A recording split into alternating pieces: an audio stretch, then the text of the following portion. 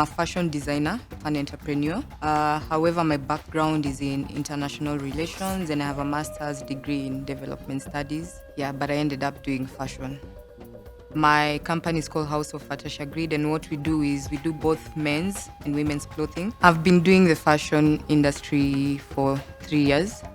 I was doing it part-time because I was doing my master's and studying and all that, but currently I'm doing it full-time.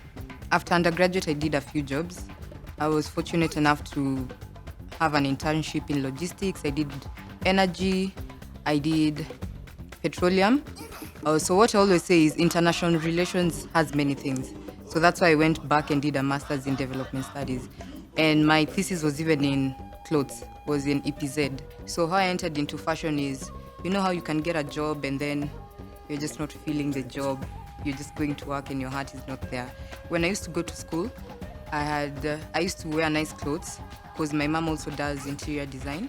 So where she is, like her office, there are a few fundis.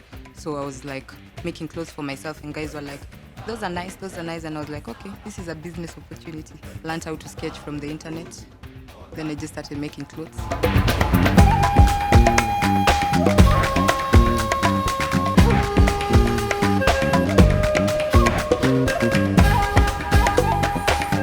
How it remains profitable, first of all, sourcing, and then you have to have a target market. Word of mouth has been the best for this business for me, I would say so.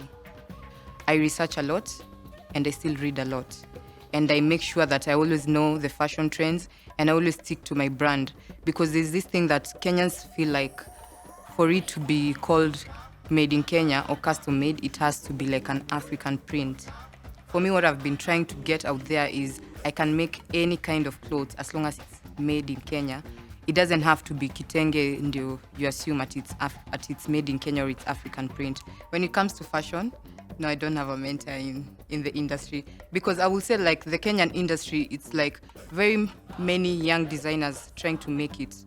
You find like every single designer in Kenya is doing their own thing. And the designers who've made it like Iko Romeo, John Kaveke, their focus is usually on the international while you're still trying to make it locally.